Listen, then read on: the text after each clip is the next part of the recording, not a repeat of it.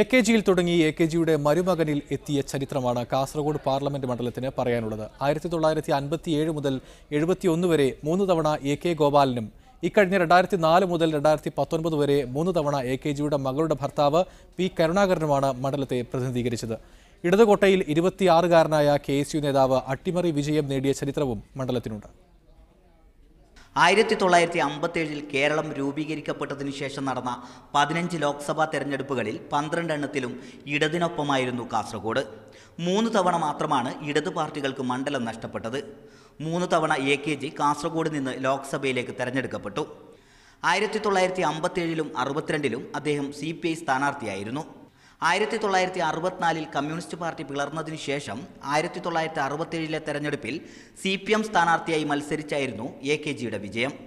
എ.കെ.ജിയുടെ മകൾ ലൈലയുടെ ഭർത്താവും CPMന്റെ കേന്ദ്ര കമ്മിറ്റി അംഗവുമായ പി. കരുണാകരനാണ് 2004 മുതൽ മണ്ഡലത്തെ പ്രതിനിധീകരിക്കുന്നത്. തൊഴിലാളികളുടെ ശബ്ദം ലോക്സഭയിൽ ആദ്യമായി എത്തിച്ചത് എ.കെ.ജി ആണ്. അതുപോലെ തൊഴിലാളികളുടെയും കൃഷിക്കാരുടെയും ശബ്ദം എത്തിക്കുന്നതിലും എ.കെ.ജി വലിയ പങ്കാണ് വഹിച്ചിട്ടുള്ളത്. അപ്പോൾ ആ നിലയിൽ LDFന്റെ അംഗങ്ങൾ ജയിച്ച സന്ദർഭങ്ങളിലെല്ലാം തന്നെ നാടിൻ്റെയും നാട്ടുകാരുടെയും അതുപോലെ തന്നെ വികസന പ്രശ്നങ്ങളും ലോക്സഭയിൽ ചർച്ച ചെയ്യുന്നതിനും തീരുമാനം എടുപ്പിക്കുന്നതിനും കഴിഞ്ഞിട്ടുണ്ട്. കാസർഗോഡിൻ്റെ മണ്ഡല ചരിത്രത്തിന് കടും ചുവപ്പ് നിറമാണെങ്കിലും അട്ടിമറി വിജയം നേടിയ കഥ പറയാനുണ്ട് കോൺഗ്രസിന്. 1971 തെരഞ്ഞെടുപ്പിൽ ഇടത് സ്ഥാനാർത്ഥിയായി മത്സരിച്ചത് CPMന്റെ കരുത്തനായ നേതാവ് E.K. നായനാർ. കോൺഗ്രസ് മത്സരരംഗത്ത് ഇറക്കിയത് 26-കാരനായ ലോ കോളേജ് വിദ്യാർത്ഥി രാമചന്ദ്രൻ കടന്നപ്പള്ളിയെ. അനായാസ വിജയം പ്രതീക്ഷിച്ചിരുന്ന ഇടത് ക്യാമ്പിനെ അമ്പരപ്പിച്ച് രാമചന്ദ്രൻ കടന്നപ്പള്ളി അട്ടിമറി വിജയം നേടി. 1977 തെരഞ്ഞെടുപ്പിലും കടന്നപ്പള്ളി തന്നെ വിജയം നിലനിർത്തി.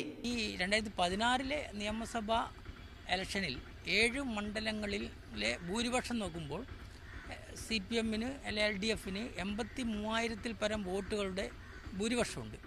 ആ ഒരു സാധ്യതയുടെ ബലത്തിലായിരിക്കും ഇത്തവണ LDF ഈ തെരഞ്ഞെടുപ്പിനെ നേരിടാൻ പോകുന്നത്. അതിനു പുറമേയുള്ള ഒരു LDFന് അനുകൂലമായിട്ടുള്ള ഒരു ഘടകം എന്ന് പറഞ്ഞാൽ INLന്റെ മുന്നണി പ്രവേശം.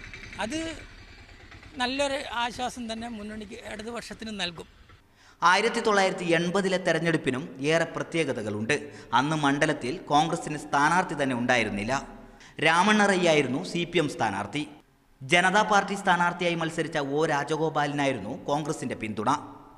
ഇടത് കോട്ടയായി വിശേഷിപ്പിക്കപ്പെടുന്ന കാസർഗോഡ് മണ്ഡലത്തിൽ 71 അട്ടിമറി വിജയമാണ് UDFന്റെ ലക്ഷ്യം. എന്നാൽ ഇടത് കോട്ടയായി നിലനിർത്താനുള്ള പരിശ്രമത്തിലാണ് LDF.